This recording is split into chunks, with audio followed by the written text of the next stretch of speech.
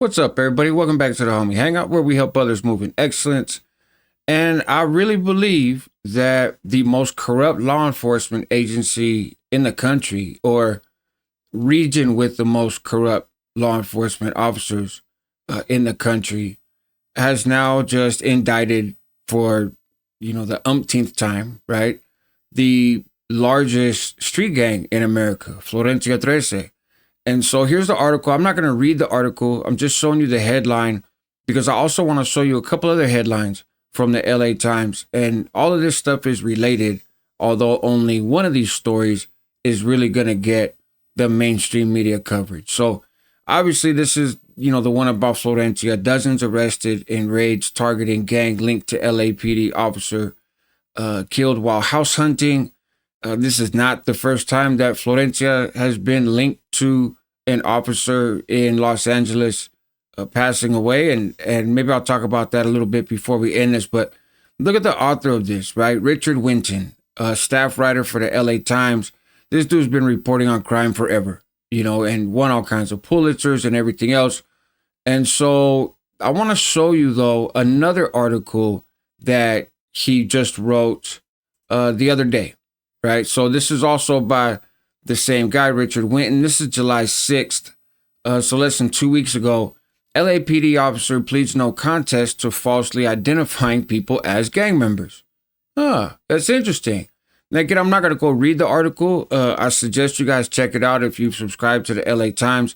I'll link to it in the description of this video. But basically what this article says is that an LAPD Metro cop, right, for those not familiar, the Metro division is kind of the elite division of the LAPD. So officer or former officer now, Braxton Shaw, pled no contest to 6 felony counts of falsifying records, right? Initially, him and 5 other cops were charged in 2020, but the other 5 had the charges dismissed for some reason. And so he's kind of falling on the sword. And what they're saying about Officer Shaw and what he, essentially pled guilty to was that he falsely labeled 43 people as gang members, right, at least. And that some of those folks were put into the Cal Gang system. Now, he's going to be sentenced next month. It's expected that he's going to get 2 years probation. He has to surrender his peace officer certification, and he gets 250 hours of community service.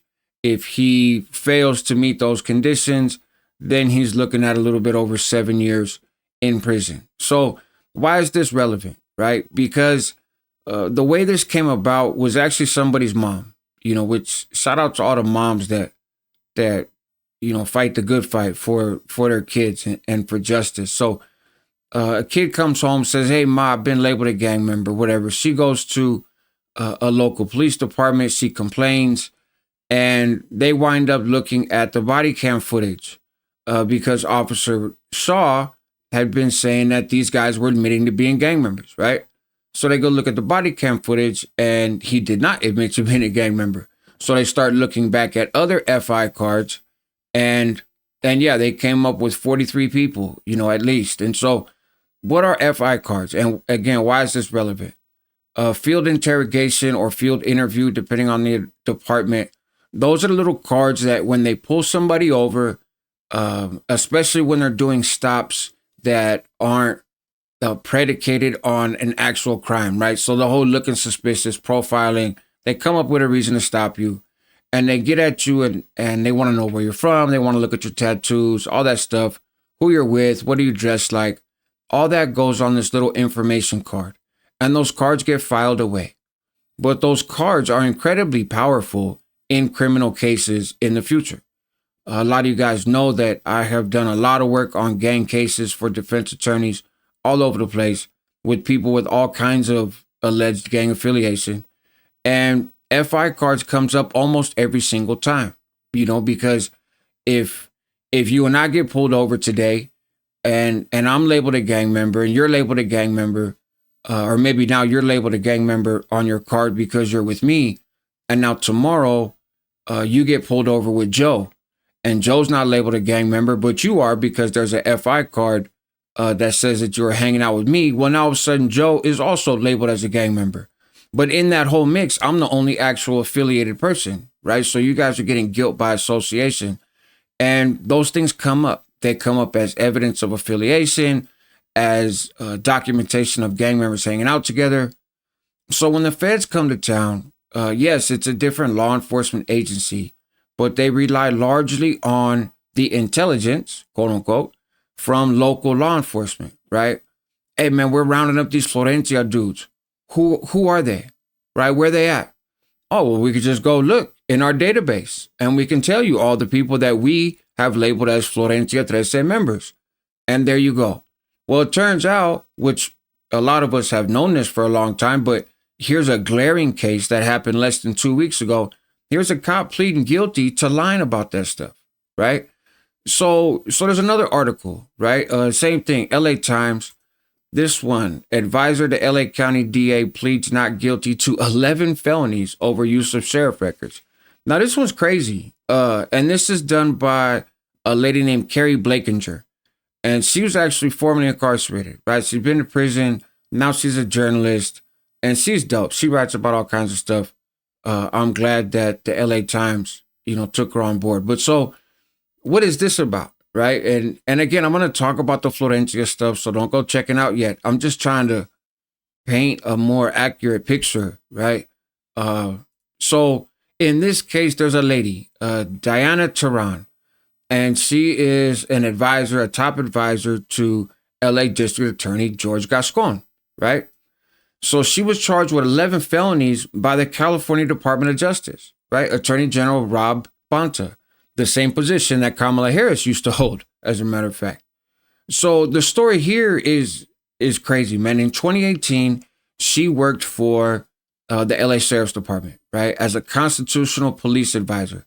So part of her job was going through confidential records and internal affair investigations and all that other stuff of LA Sheriff's Department officers. Now, we know that the LA Sheriff's Department has a long history of corruption and folks getting indicted and gangs operating out of their different departments and all kinds of stuff. So there's a big track record of complaints and investigations and whatnot. So while she was doing this job, though, what she didn't know was that the LA Sheriff's Department was actually tracking everything that she saw. So they're able to look and say, hey, man, she's looked at 16,000 different employee profiles, past, present, whatever. So around 2021, she switches gears and she goes to work for the DA's office. And her job there is to oversee ethics and integrity operations. So generally, the DA's office and the police departments are both considered a part of law enforcement. They're both viewed to be on the same team because on one hand, you got the cops arresting people, and then you got the DA that's prosecuting, the cases and sending them to jail, right? So they generally work hand in hand. But Gascon, who I'm familiar with from his time in San Francisco, he does have an interest in police misconduct, right, and violence by police officers and that kind of stuff. And he does a better job than a lot of other DAs of trying to hold them accountable. So she goes to work for them. She's overseeing ethics and integrity operations, and she sends a list of 33 names and the supporting documentation to be included in what's called their Brady database. Brady database.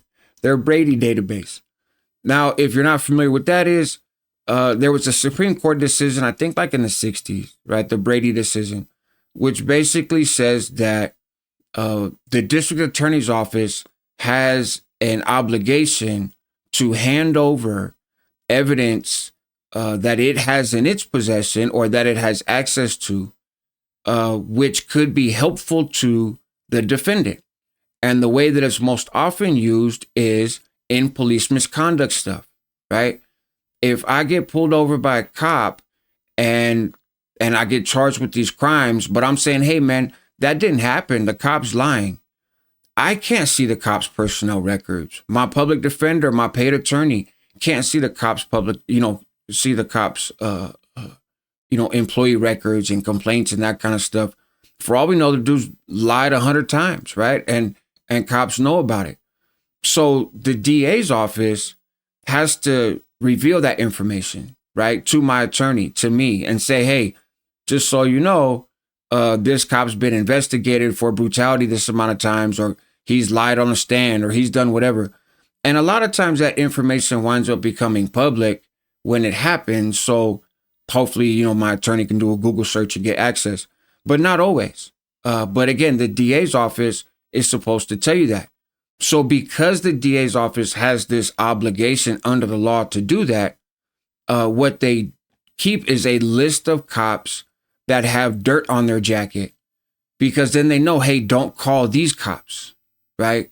Don't put this officer on the stand, which is kind of a crazy concept if you think of it, because you're basically saying, hey, we got this unethical, shady cop that has a history of unethical, shady behavior. Let's not fire him. Let's keep him a cop, but let's not call him on the stand in a criminal case, because then we're going to have to tell people that there is an unethical, shady cop, right? And that could hurt our case that we're trying to prove. So it's a very twisted thing to begin with, but it exists in pretty much probably every district attorney's office, especially the larger ones, right? So here comes Diana Taran, and she had seen all their files. She had seen all this stuff. So she gets at the DA's office when she's working there and says, hey, here's 33 cops that you should put on this list because they got issues in their background, right? These guys and girls, they got problems. So the Department of Justice comes after her, charged her with a felony, 11 counts, because they say that 11 of those officers were not mentioned in any news or public information requests or any kind of other public records. So since they weren't already exposed for their issues on the job, the only way she would know that is because she had special access to those files back when she was on the sheriff's department's team. And therefore, it's almost like a cyber crime, like a computer crime, that she gave that information over to the fucking district attorney's office. It's not like she's collaborating with the defense attorneys. It's not like she's working hand in hand with organized crime, in a sense, sort of, because that's what law enforcement in the Los Angeles area is. But, not outwardly. She's just doing her job. So her attorney turns around and has to fight for months to even get the names of these 11 officers that they're talking about. Once he finds them, he searches and he's like, man, there's tons of public records showing that these cops are all bad. But notice that the Department of Justice in California, right, the Attorney General and the LA Sheriff's Department, none of them are arguing that these cops don't have a dirty record. What they're arguing is it shouldn't have been exposed. And that's why she has committed a felony every time that she did it. So that case is still going on in court, right? And we'll see how it plays out. But I just want us to have some perspective of what policing and gang stuff and shady cops is looking like in real time, right? In real time. This article was written July 26th, the same time that this article was written, right? Just different writers, which is all less than 2 weeks before this is written. But this is the story that you're going to hear about. Man, those damn dudes from Florencia. Look at us, law enforcement. We're doing our job. We're doing our job. No, you're protecting crooked cops. You're charging people with felonies for doing their job, right? And you're putting people in these gang databases that the feds then use to go sweep people unjustly. And to the point that cops are pleading no contest, which is basically the same as a guilty plea, in court. All around the same time. It's just, it's baffling to me, man. Like I said, there's a long history of this type of behavior down there. But so the actual indictment, right? I know some of you guys don't care about us. You just want to hear the Florencia 13 indictment. So this is definitely not the first, second, third, fourth time that Florencia has been indicted, right? Back in 2007, they had Operation Joker's Wild. Ultimately, that was like 102 people wound up getting named. Like 97 of them got convicted. That was 4 grand jury indictments. And then in August 2013, you had 20 plus people indicted. In February 2019, you had 36 people indicted in 6 grand jury, or 36 people named in 6 grand jury indictments, right? That was one with Wizard, who was in the feds at the time. That was Operation Friday the 13th. And then this most recent one, you have 37 defendants being named across 11 indictments. 23 of them were arrested. 8 of them are fugitives. And then, there was a few that were in custody. And so the way this works is you can compile a bunch of separate indictments into one big case, right? And so there's 37 defendants and 11 indictments. One of those dudes is the only person in his indictment, and it's for selling dope. But they've been going after Florencia for a very long time, right? And the history of issues between guys from Florencia and law enforcement in Southern California stretches back to the 70s. 1971, you had a dude, Trinidad Iglesias. He was kicking it with the fellas, right? And a LA County Sheriff's deputy pulls up. He's still in training. He pulls up with his partner. The guys in the neighborhood run. Trinidad is one of them. This is not alleged either. Like he went to trial over this. So he ran, right? And this cop chased him down, chased him up some stairs. He turned around, booted the cop in the face, grabbed the cop's gun, shot him 3 times, and ended his life, right? He wound up going to trial for it. He was talking about the oppression of police and how they're targeting, the Mexican population in particular. It was black and brown, but, in his case, the Mexican Chicano community harassing them. Police were violent, so he was in fear for his life. And at trial, that was his argument. And he talks about taking a dude's gun and shooting him right on the porch at the top of the stairs. And he winds up getting a 2nd-degree murder conviction. So he was out of prison by 1975, right? And then a few years later, his brother winds up getting killed. Cops say that he was killed because it was a bad drug deal, and he was killed by some other criminals. But Trinidad believed that it was really the cops who killed him. They were just trying to get even for him taking one of theirs. And so he went and found a Huntington Park detective, like at a bar or something, and shot the dude in the face. That was in 1979. The cop survived. He wound up going to trial, right? Trinidad went back to trial and testified. The cop testified like, yeah, man, it's him. I know this dude. And he's the one that did it. And some elderly lady on the jury said that he didn't really look like the kind of kid that could do something like that.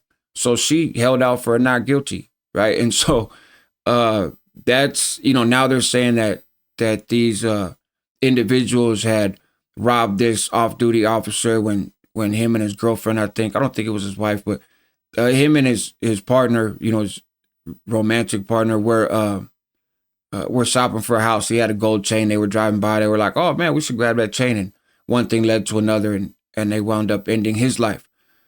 Now, I'm not arguing here that every time the cops, when the feds come and they indict all these guys, that there are not crimes that are committed, that there's not hot ones, that there's not organized criminal activity, the casitas and the hustling and the drug dealing and the, smashing on people and taking out folks that fell out of favor with your hood and all that stuff happens, right? We know that stuff happens. That's part of that lifestyle. It's not unique to Florencia. The size of their gang is fairly unique, right? I think they're the largest street gang in the country. And I know that, they got different cliques and all that stuff. I'm not getting into all that. That's, somebody else be better suited to talk about that than me. But I know there's a shit ton of them, right? And that they've been around for a very, very long time, and that they've been going at it with cops, right? And the cops have had it out for them, and I think that's always been the case for shit apparently longer than I've been alive. Is it safe to say that some of these people that get round up in these sweeps are being round up because they've been labeled as gang members? Yeah, for sure, right? Again, they get a lot of convictions, so I'm sure there was a lot of criminal activity happening. But I just want to point out there that these headlines of, hey man, look at all these people, right? And look at all these guys and this gang this and this gang that. Okay, but there's another gang operating in the LA area, and they wear badges, not flags. And they're still being allowed to do all kinds of crazy stuff. And And when people try to push back, they get charged with felonies. And when people get caught, 1 out of 6 gets busted and gets a little bit of probation. But the cycle and the culture continues. So anyways, there you have it, man. If you guys got specific questions, let me know. I will cover this a little bit more as time goes on.